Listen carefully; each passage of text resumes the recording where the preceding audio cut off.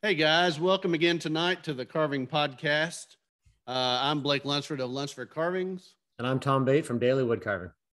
And today we have on a special guest with us. We got Mr. Jeff May coming back to us. He was on with us with the International Association of Woodcarvers several months back. And you can find Jeff on jeffmayart.com and several other places. Jeff, welcome tonight. Hey guys, how's it going? Thanks for having me. So we understand, Jeff, that you just got back from a 3-day carving event up in Libby, Montana. It was the 5th annual Carve Montana competition up there, and we wanted to check in with you to talk a little bit about that and see how that went for you. Yeah, I'll tell you, it was quite an experience. It was my very first competition.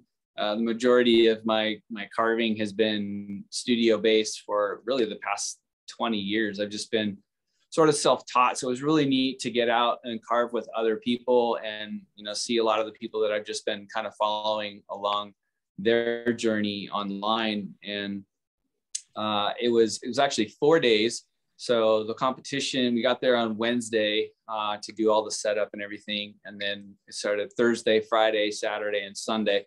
You really only have 3 days to do the majority of your carving. The final day ends up being more or less just like the auction and sales and that kind of stuff. So fortunately, I finished the sculpture in 3 days, and it made me sleep so much better that night. And I could kind of rest well and wake up and relax and just sort of enjoy being there and connecting with a bunch of other carvers. But yeah, what an inspiration to be around all these guys from all over the place.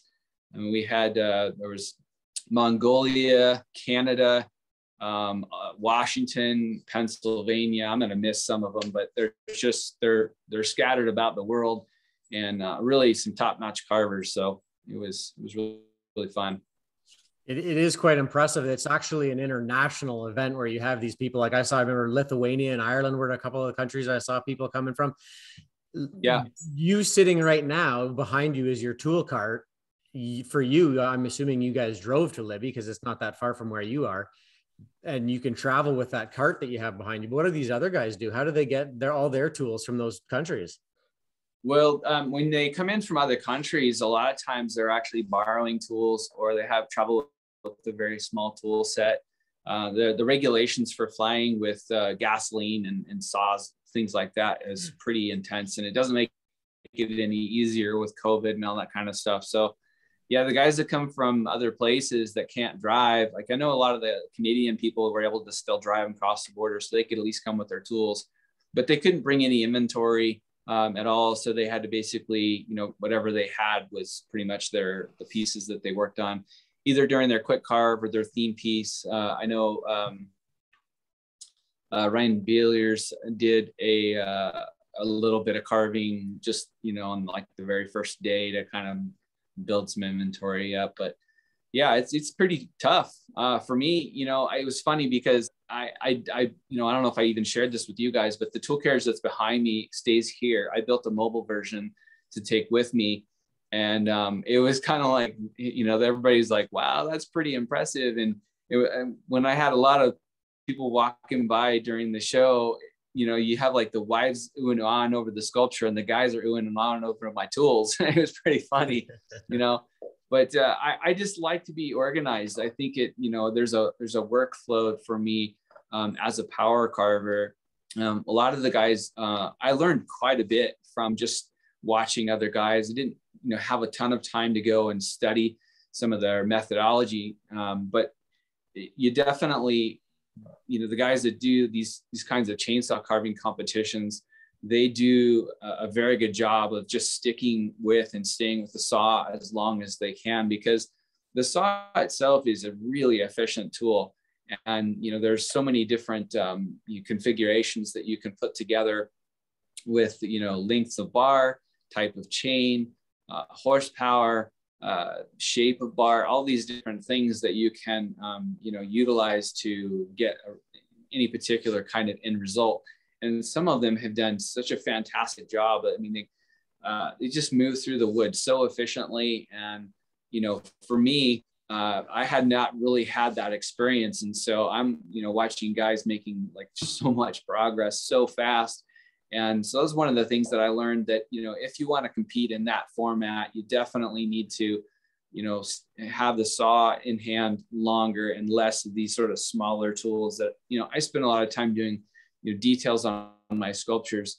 And these guys are sticking with more of the heavier power tools or heavier chainsaw tools longer.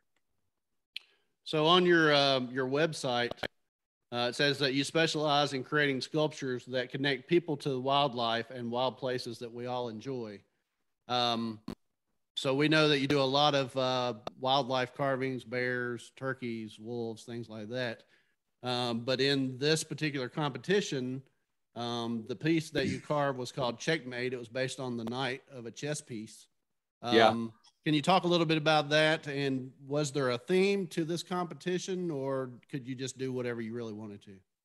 You could do pretty much whatever you wanted to do. I think, and I think maybe that's something that I also learned. I went into the competition wanting to kind of do something a little different. I have done some abstract pieces before, but I was sort of playing around in clay a little bit just to sort of get some basic form and shape out of what I was working towards. And I kind of came across this concept and thought I would go ahead and try and do it at the competition. I also was looking at the simplicity being my first comp. I wanted to be able to finish the piece, because that would be, pretty embarrassing to go there and not be able to, because I'm not used to working in that kind of a timeline. Do a finished large sculpture in 3 days is pretty fast. But yeah, I mean, people really liked it. But it was definitely more abstract. I think the majority of the people were working on things that were more wildlife. And when you get into a small mountain community like Libby, Montana, people they resonate more with the things that they can, understand. And so a lot of times people would look at the sculpture and they're sitting there and they're kind of doing their little head twink, they're going like, what is it? And then as soon as you say like, chess piece or checkmate, then they go, and I thought, my wife and I spent a little bit of time talking about it. It was kind of funny because there's something about an abstract piece that people have to figure out some sort of like identity to it. And when they can figure out like what something is, they, for some reason, can kind of like enjoy it a little differently. I don't know. It's super funny, but it was a great, I really enjoyed making it. It's 7 feet 6 inches tall, made out of a piece of ponderosa pine that started out at 36 inches in diameter, probably somewhere around a 3,000-pound log in 3 days. Yeah, that's incredible. You talk a little bit about sculpting clay, and you and I've had a conversation about you working on clay. Going to this, sticking with this piece, how do you normally prepare for like your pieces? You talk about clay, but are you always clay? Do you draw things out a lot? Like, do you have a background in art? Like, how do you get there? No, I mean, I don't have a background in art, but I mean, I've been a sculptor for 23 years. So I think, I have evolved, my process in terms of like how I come up with ideas and how I implement them. And I probably very small percentage, less than 5% of my sculptures are worked out in clay ahead of time.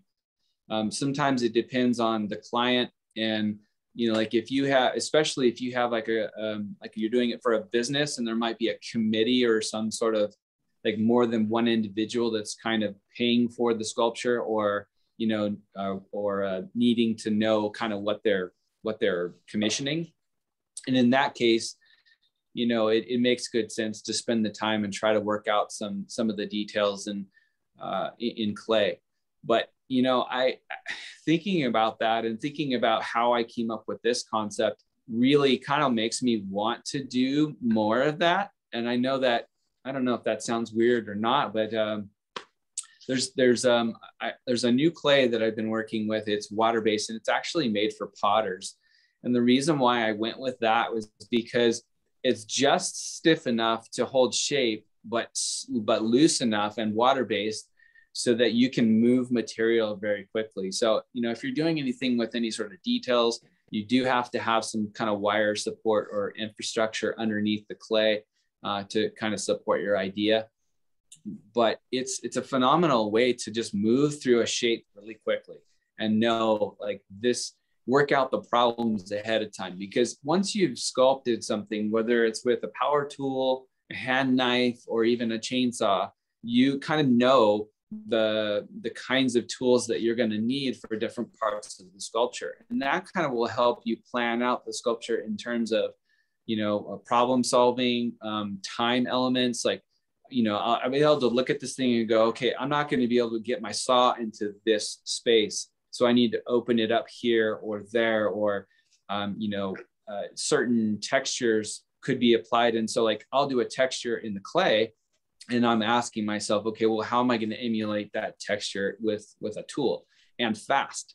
A lot of times, like, I was looking at, I didn't take close enough pictures for you guys to be able to tell, but when I'm sculpting, and especially in this format, I'm trying to utilize the shape of the tools that I'm using into the profiles of the sculpture. And I'm not sure if that makes complete sense or not, but, like, rather than me, like, if I'm trying to push into an edge of something, like, if this is the contour of of one transition to another, I would use like this has a very contoured edge. So I would use that contoured edge as the transition, so that I didn't have to come back in with the second tool and try to define that. So, and also just using the radius of this, like, I wanted all of my radiuses to be at least or no smaller than this, because I could always use this as the profile. And so, like, I had to really think about those things that, I wouldn't normally think about in a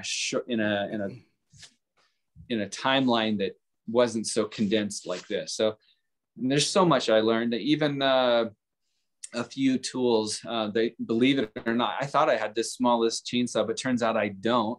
They make a smaller chainsaw that is not really, you don't really see it in the stores. It's kind of a special order thing, and it's quite expensive, but it has a little 8-inch bar. And I don't know if did I show you guys my carving bar? I don't think so, no. And for those who aren't watching on YouTube, you're gonna have to go check out the YouTube video to see what Jeff's actually talking about. Yeah. So this is a carving bar here, and this is called a dime size tip. And the tip is a hardened material, and it does not have a sprocket. And so this looseness, so this is a little bit much, but you do run the chain loose. You pretty much, you want it to kind of be about like that, which is, your drive teeth are just hanging below the bar itself. But, these kinds of things are the things that make a difference in what you're doing. That one is a 12-inch bar, but they make an 8-inch bar. So the combination of having a smaller bar and a lighter saw allows you to get in and do a lot of this detail. And you can get right in there and do a lot of, like, even facial features, and get a good start on blocking these out with the saw by itself. And it's pretty amazing. Yeah. Well, and that kind of information is also transferred over to caricature carving, really probably any carving that people do. That's the point I wanted to make. A lot of times new carvers will say, okay, well, what tool do you use? What size tool is that? What tool is it? Where do you buy it? Exactly what it is. Yeah. And the same thing that you were saying, Jeff, is you got to think about the shape that you're trying to accomplish, or the texture you're trying to get, and find the tool that's going to create that texture. So just because I use a certain size tool and a certain name brand doesn't mean that somebody else has to use that same thing. You can accomplish it with many different tools. You just got to have to figure out what works for you. And I think that really goes across all forms of carving. Yeah, I would 100% agree with that. And the unfortunate part about that is we have to buy a lot of tools in order to figure out which ones really suit us and our style and our methods and that kind of thing. And so, I have, as you can see, I have got this whole carriage is full of power tools and bits and different things that I use. But for the most part, a lot of my tools that I use on a regular basis, my favorites, stay on the tool. And so, you know, there's a lot of times where I just reach for another tool. Like this is a Makita die grinder, and I have, you know, certain bits on it right here. This is like an inverted cone, and I have certain bits that stay on the tool itself. And so I don't change the bit.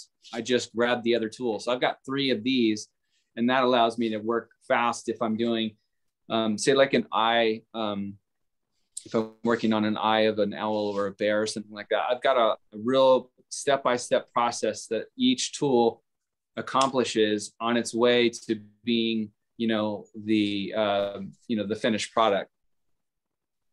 Yeah, and you say it's unfortunate that you have to buy a tool. In my mind, it's going, oh, we get to buy more tools. Yeah, more tools.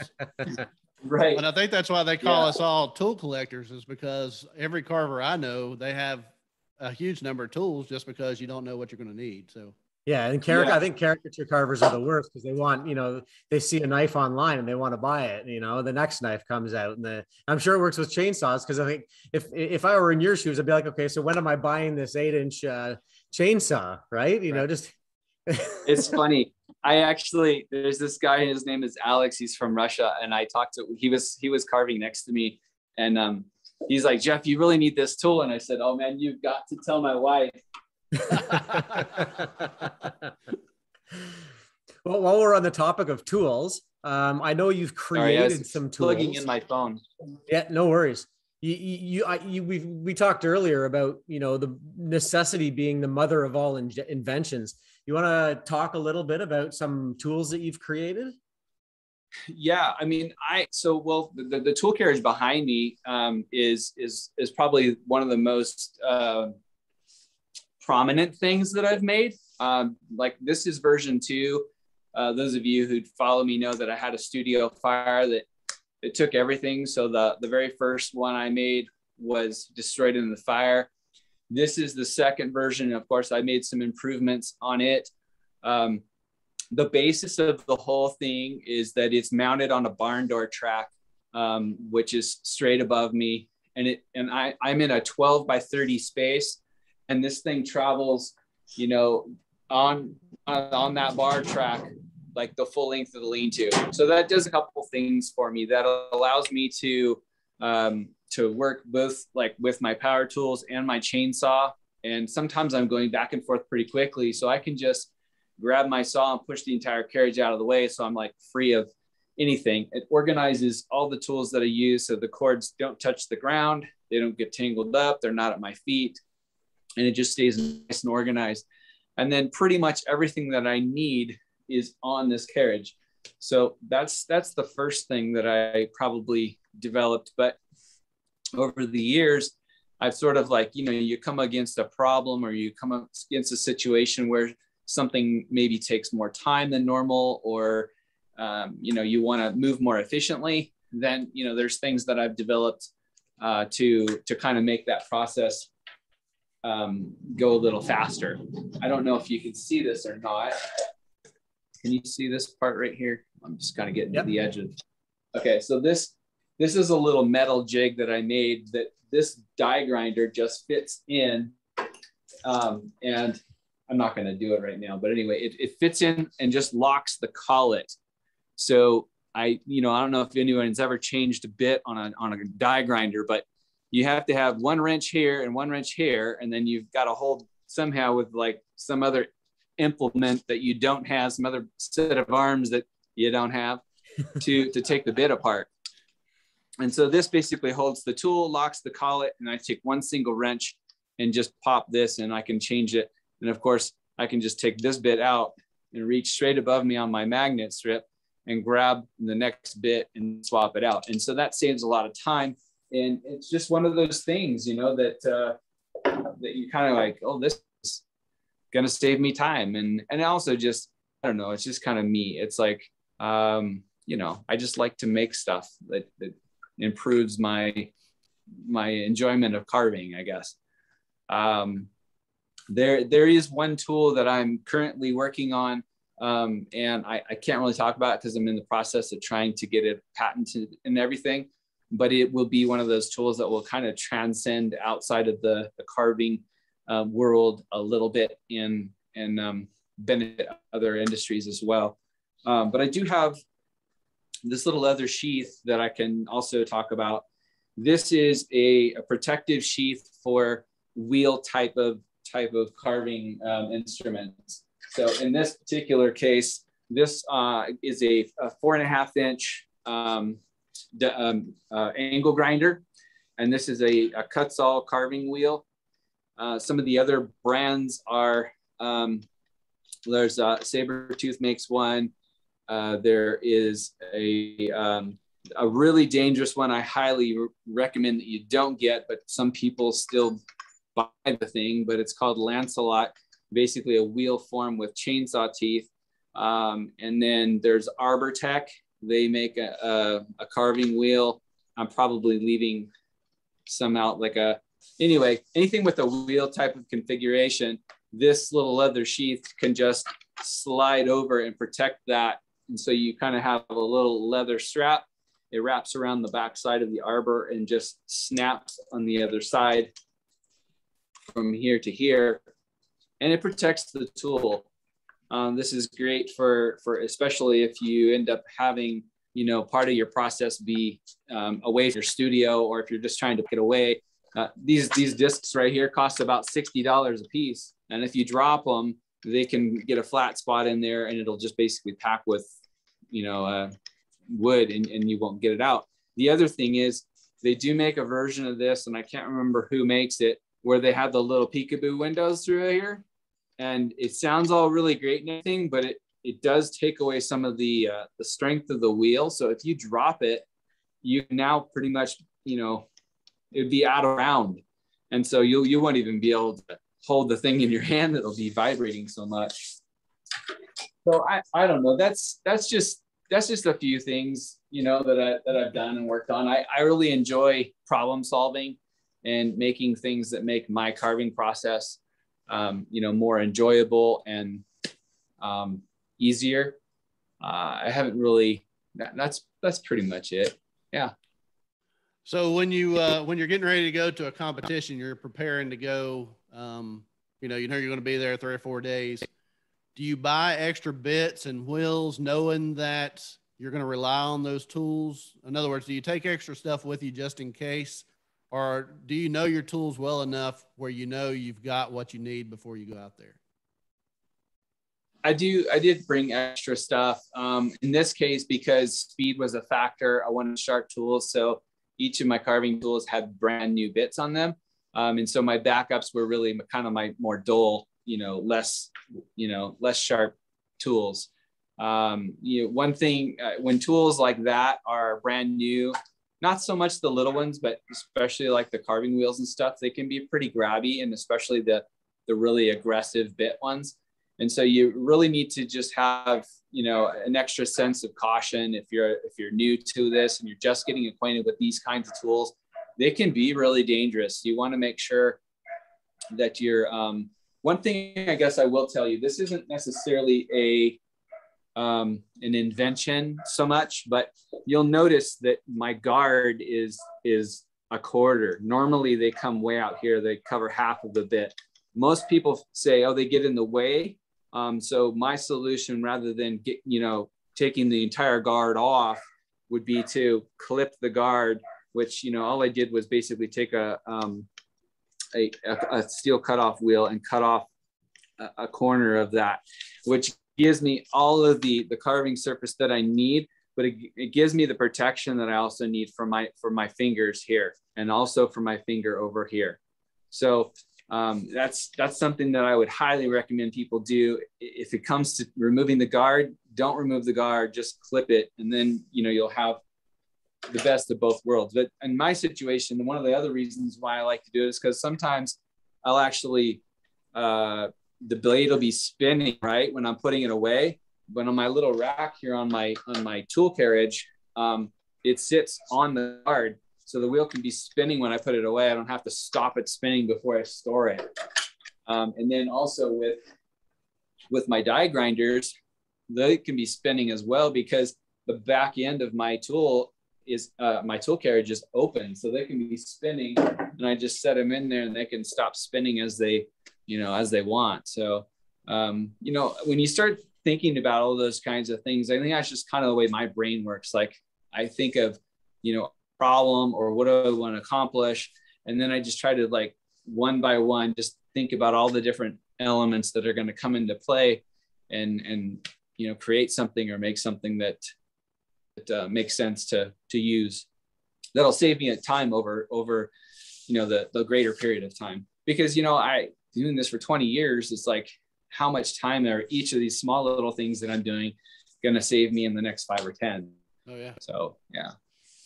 No, it's brilliant. I picture, like, if I were to be like, when I carve, I'll have like whatever tool I use, I drop it in front of me, and then I got a pile of tools sitting in front of me. So I picture if I'm carving with all these cords, I'd look like the barber chair where, like, everything's wrapped around everything. And so, no, that's brilliant what you've done with that one. And I've seen the mobile one too. I think you showed it to us when you did your live demo for us. Yeah.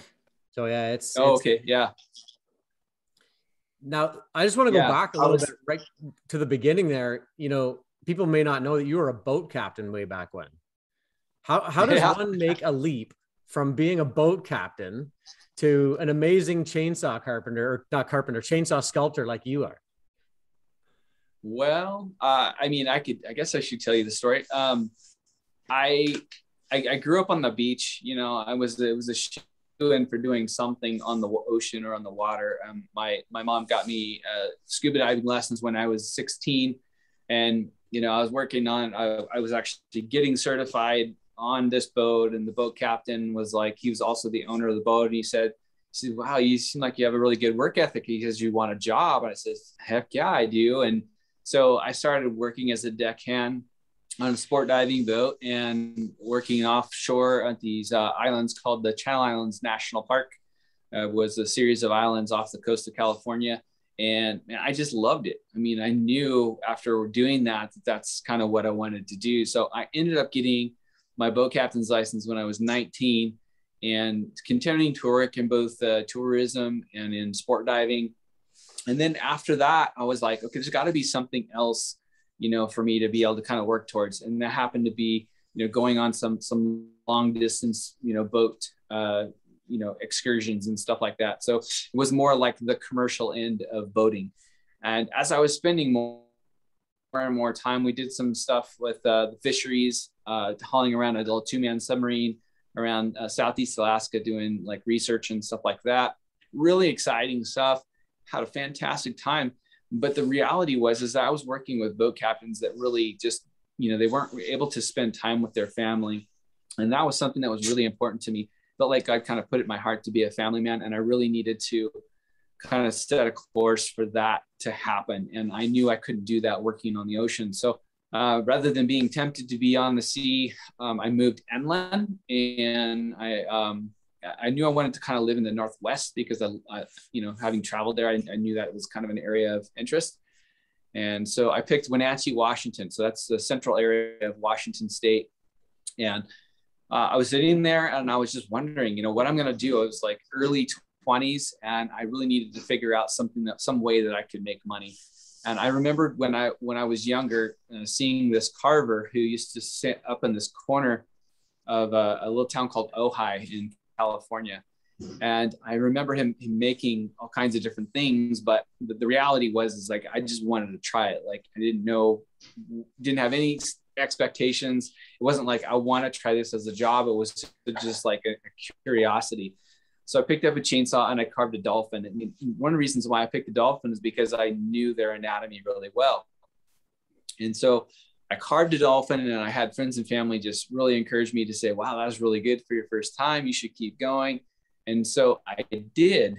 And in fact, I started carving other things like a bear, and my bear was just awful. My very first bear was terrible. I mean, it was so square and it was so disproportionate. But I kept coming back to the dolphin and saying, like, what's the difference here? And so I began to understand that my abilities were based on a couple different things. And one is my understanding of anatomy. And the second was my understanding of my tools and my experience. So I guess you could say 3 things. I didn't have any experience. I didn't know any other anatomy, but those were things that I could gain, and those were things that I could learn. And so I just started there. And to be honest, like I didn't ever set a course at that stage thinking that this was going to be something that would support my family for the rest of my life. But it has been a wonderful adventure, and I've grown and learned so much along the way. Many of the things I learned by just failing and trying again. And so I guess if I could encourage anyone that if they feel like their sculptures that they're working on really stink, that to just keep at it and to really understand anatomy. And anatomy can be a lot of things, because just like we were talking about earlier, is as I was working on this abstract piece. Well, what's anatomy for an abstract piece? Well, it's all about like just form and shape and balance, and it doesn't necessarily have to be a tangible thing. It doesn't have to be a person or an animal. You could certainly sculpt a million different things. And that's one of the things that continues to excite me as I get more, I would say immersed. I'm pretty immersed right now, but as a person who's been doing this for a while, I just continue to be inspired by new things and new shapes and new subjects. And your wildlife is amazing. So like I can see like, you spending a lot of time outside with, on the boats, maybe, long journeys or whatever. Maybe like, did you see the dolphins like all the time? Is that what it is?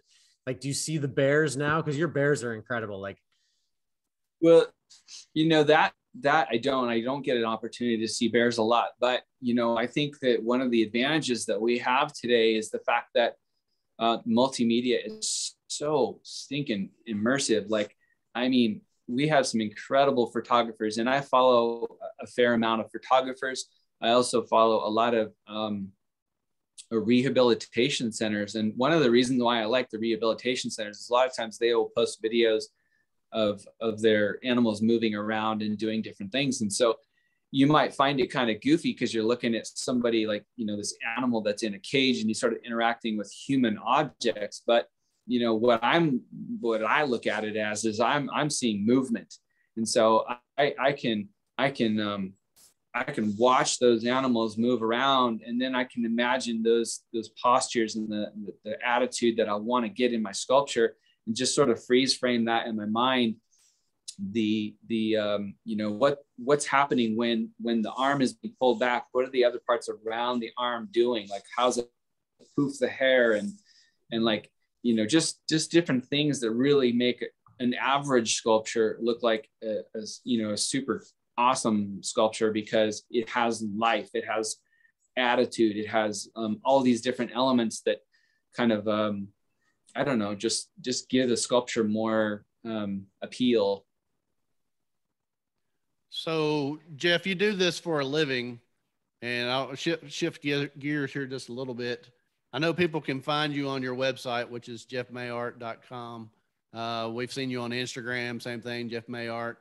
How do you advertise? Where does most of your business come from? Since you're doing it for a living, I wanted to bring this up because I know other carvers who would like to make it a full-time gig to actually do carving for a living. Can you talk a little bit about your process?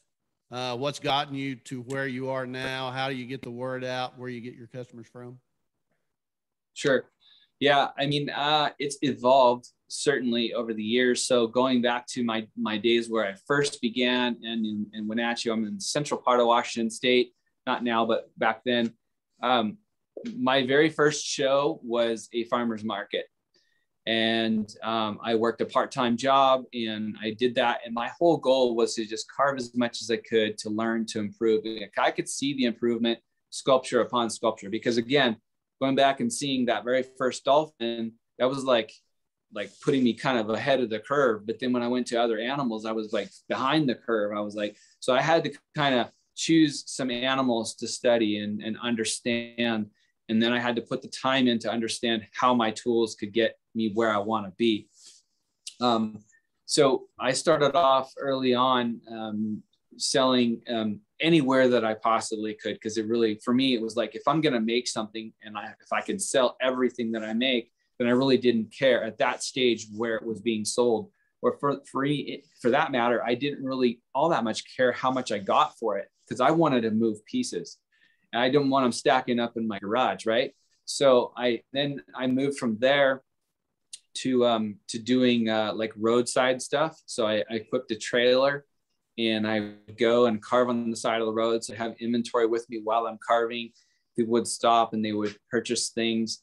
And I would also participate in craft shows. Any show I could get in front of was kind of my early game. That kind of evolved into doing some wholesale stuff, where I would produce a bunch of material, sculptures, and I would sell them as a group to somebody who would resell them in a rustic furnishing store. And then that kind of evolved also kind of at the same time into selling through rustic retailers and on consignment. And so that's when my sculptures started getting, a little bit better. And then we did dabble around with selling in some galleries, which the difference between a rustic retail store and a gallery is not a ton, in the sense that it's the same process. But I don't want to tell a super long-winded story, but I'll tell you, I'll kind of abbreviate it really quick. Hopefully I can abbreviate this story. I was taking a class, it's called Entrepreneur. Our instructor told us this really long story, and I'm going to abbreviate it. Basically, her dad had this old piece of farm equipment that just sat in the pasture, and it was, weeds were growing up around it, and it was just sort of like a forgotten tool because it was no longer relevant. And so she took this thing and she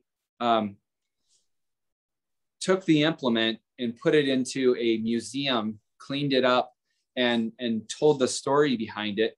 And suddenly this piece of old forgotten anything was elevated to an entirely different situation.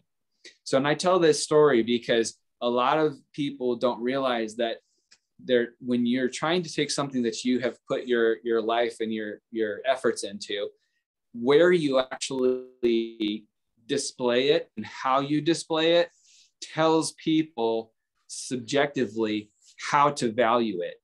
And so, if you put something on the floor in the corner and it doesn't have, it's kind of like you could see visible cobwebs on it, you're not going to have the same impression of that piece as if it's on a pedestal and it's clean and it's not surrounded by 20 other pieces of thing. So if you're in a rustic retail store, you're going to have 20 other things around it also being sold. You put it in a gallery, it's more likely to be very more highlighted. Does that make sense? So that's kind of the difference, but it's very difficult to find a gallery that is really complementary to one's work, and especially wood. Galleries are filled all over the place with bronze and with fine art paintings. But when it comes to sculpture, the pool of people is very much narrowed down to because sculpture is purchased much lesser quantity than wall art. So, you have to earn that space in someone's home. So I'm super honored every time someone wants to purchase sculpture, because I know I'm kind of in that boat, and especially big stuff, because it has less places for it to be. So it's evolved over the years. So we pretty much do mostly commission work, and it comes in just by phone. I use my website primarily as an online portfolio. I don't have a lot of pieces any given time that are available. So sometimes we'll do studio shows, and people will come out to purchase things, which is really nice, because I think that people seeing your creative environment really helps in selling a piece. But I totally understand people's apprehension about having people out to their studio, because for a long time my studio was nothing special, and now it's spectacular. But it's just, I don't know. I've been talking to a fair amount of people lately on my own podcast, and when I hear them talk about the investment that they've made in themselves in their studio, and how much it's made a difference in their making, because it's not just the tangible things like, like the tools that you have and the lighting that's above you, but it's the part that kind of like comes from your heart. Like it feels good to come out to your studio that is set up for what you want to do. And the trick becomes finding what point in your career, what point in your time that you want to make that investment. And, but I want to encourage people. I mean, you'll kind of know, you'll be like, okay, I'm making sales, I'm doing it consistently. There's a number of things that you probably want to check off before you say, I'm going to do this big thing. But I don't think I've met any artist that's told me that they've made that jump to a significant studio that has regretted it. Nice. And let's talk about your podcast. You just mentioned your podcast. What made you go with like a sculpted life and not the title, like the idea of art and all the different arts instead of just like wood carving? Is something that's your wheelhouse? What are you? Is it because you're a student of art like all the time and you're always learning? Yeah, I think it's a lot of that. I mean, I didn't get where I am today without by any one person or even one discipline. I feel like that there's a lot that we can learn together as artists or creatives, that we can kind of share our journey with, because you never know. Like I listen to a lot of different podcasts, and sometimes I'm learning something, that's going to encourage my business and my ability to do something on that realm. And they're potters, that I might listen to a pottery podcast, and I don't do any pottery, but I do listen to their creative, to a way that their mindset in creating, and the way that they, market themselves on Instagram or Facebook or any of the little trick and trade that kind of pops up. So there's lots to be learned from many different disciplines and within the creative sector. And so, a sculpted life is kind of like this, this idea that we're, constantly being molded and shaped by the things in our lives, and probably even more so as creatives, that we take those challenges that we have in our life, and we sort of like they kind of come through our art. The things that we sculpt, the things that we paint, the things that we make, all of that is a reflection of our life experience. And so that's kind of where a sculpted life came from. So it's not necessarily a podcast for sculptors. It's really just for creatives. I have missed like a number of different weeks in the past few weeks. So I'm hoping to really get back on my bi-weekly schedule here. That's the hardest thing about starting a podcast. And I'm sure you guys know, it's very time consuming, and there's not a lot of monetary gain when you have a small podcast or anything like that. So, whatever. I hope my audience is gracious in my inconsistency here in the beginning, but I really do hope to sort of get back on with that now that I've gotten a bunch of shows out of the way and winter's upon us. But it's a really exciting way to get into people's minds and studios. I think it's really invigorating to hear creatives talk about their work and their processes. And I don't know, it gets me excited. I listen to them all the time while I'm working. Do you have a specific place where people can listen? Is there just one, or do you have it on a variety of places? Yeah, if you look up A Sculpted Life, I'm pretty much on all the podcasting platforms. You can always go to my own website, jeffmayart.com. There's links to it from there. I'm not terribly hard to find in that regard. And I'll say this: I will have everything linked in the show notes, so it'll just be a click away. You can just scroll down and find Jeff's everything: Facebook, Instagram. Any podcasts you got coming up, that any carvers you're going to talk to that we know about? Or well, he doesn't know it yet, but I'm going to be asking Joe while he's here staying with me at the studio. He's really a phenomenal sculptor, and he's just a really good guy. He's here with his wife and 3 kids. So I'm gonna be trying to interview him while he's here, and that'll be really fun. Toby Sauer, he's a Western wildlife painter. He's also coming up, and Toby he's an incredible artist. He spends so much time gaining, you talked about earlier how I get inspiration and do I spend time around bears and this and that. Well, he participates in these photo shoots that are put on specifically for artists, and they're really, really expensive to attend. But he'll come home with something like 10,000 images. And he does a lot of, so they have Indians and horses and cowboys, and they're all dressed in their regalia and they're just doing their thing, and they can request them to do poses and different things so that they can photograph them. And he really puts a lot of time into his paintings. And I want to talk with him about that. And so many other things. Another photographer that I have like these photographers, and I'm trying not to stack a bunch of photographers, but there's a guy that he just photographed the, I don't know if you guys are familiar with the Pony Express, but anyway, he just did this thing for, I'm not sure, I shouldn't say out loud because I don't know exactly what I'm talking about, but they do the Pony Express run, they reenact it every year. And so he's filming that for someone. I can't remember exactly who he's filming it for, but it's an intriguing thing because it was something that's like remembered by so many people, but yet the Pony Express was actually only in operation for, I think, less than 2 years. And so for it to have carried through all of this time and make such a big impact is pretty cool, actually. But each of these people and these different artists and creatives, they all have little projects they're working on that are exciting to talk about and processes that they use. And so I'm really hoping that I can have a pretty good variety of guest artists. So yeah, I'm looking forward to it. So we're coming up on an hour. I just have one other question from me, and Thom may have another one.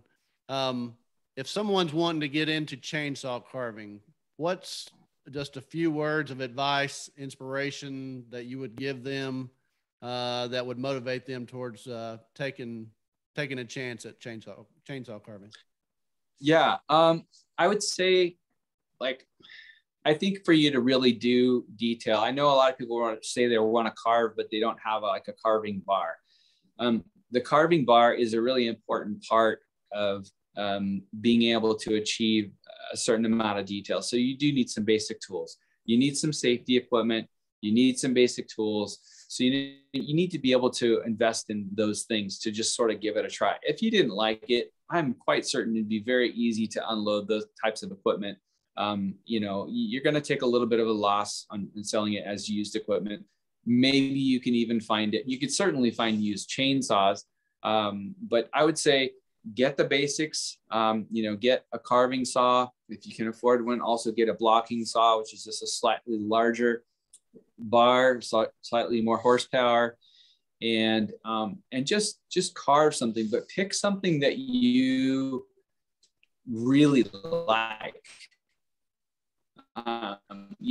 Because I think that for me, it was dolphins, and I needed to have that success. So study the anatomy of a little bit of success early on. You want to be able to joy you find in what you're creating.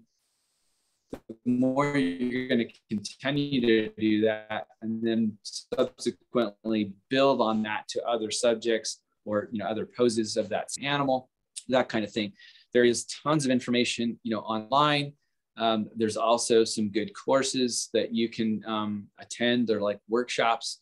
I think it's really important. Me personally, I feel like, of course, I came from kind of teaching myself, but I really think that it'd be a really good idea for you to practice a little bit on your own before attending a course, so that at least you have, if you've never held a chainsaw in your hand, or even if you've just cut firewood with a chainsaw, it's a completely different motion. I mean, when you're carving, you're using so much of your upper body, but you're moving your body around because you're not cutting straight. It's not like, lifting where they tell you to kind of keep your, shoulders back, your knees bent, and you lift, and, you kind of like follow. It's none of that. You really have to be, it's probably one of the most physical art forms other than gymnasts and things like that. But it's a very physical art form. So you have to be somewhat in shape. in order to do it. But yeah, go for it. You should do it. It's a ton of fun. One of the things that's the coolest about it is that you can pick up something that somebody would deem as firewood, and you can turn it into something cool. And then as you get better, you can, be more selective about the types of wood and the conditions of the wood that you're using. But I wouldn't be picky at all in the beginning. I mean, heck yeah, go to town with that pile of firewood and just turn it into something cool and fun and see where it goes. Nice. Yeah, that's kind of the last question I was going to get at, is like classes and stuff like that. Is that something you're ever interested in, is teaching?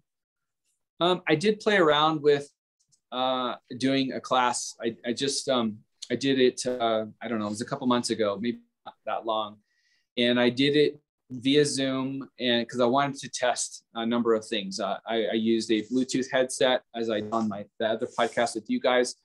And people could hear me and they could see me demonstrating. It worked pretty well.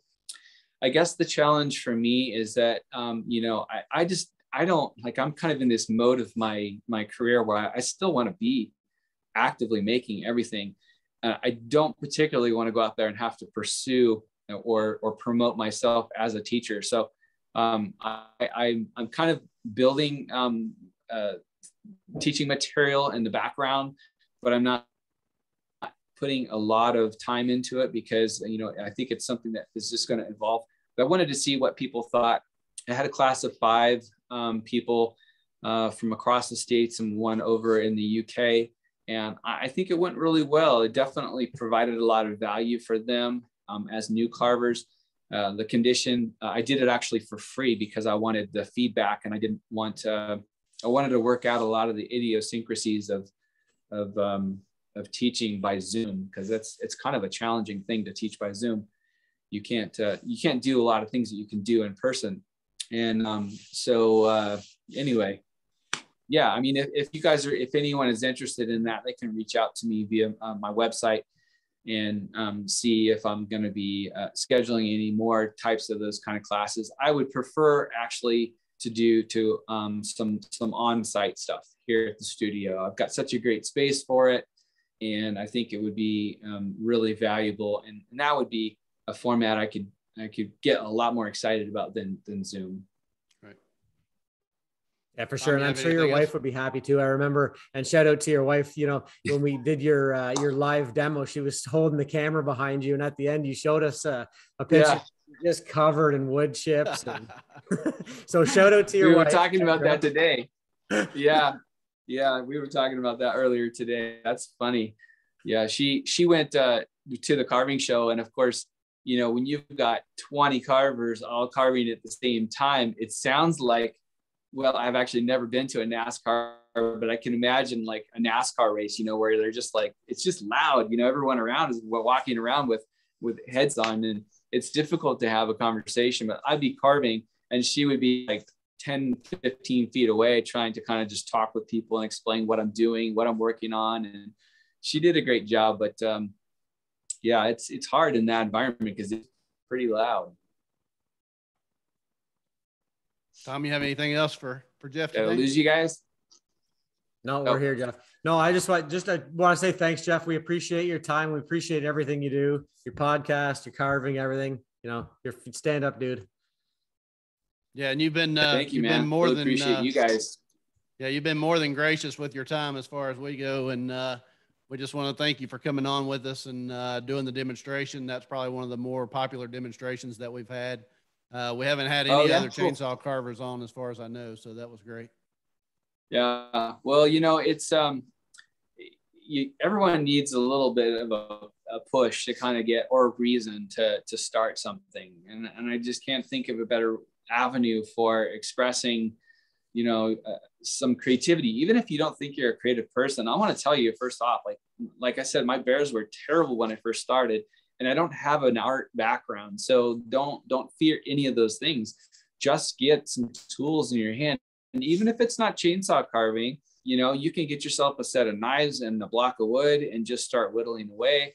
And if folk art's not your thing, then do abstract. I mean, do whatever you want. Like, sculpting is one things that you can just do anything. And so like, do what interests you. And I think you're going to find it'll fire you up and continue to fuel you into more and more kind of carving and sculpting. Absolutely. Yeah. Well, thanks again for coming on behalf of the International Association of Woodcarvers. I'm Blake Lunsford with Lunsford Carvings. And I'm Thom Bate from Daily Wood Carving. And this has been the Carving Podcast, episode number 4? 5?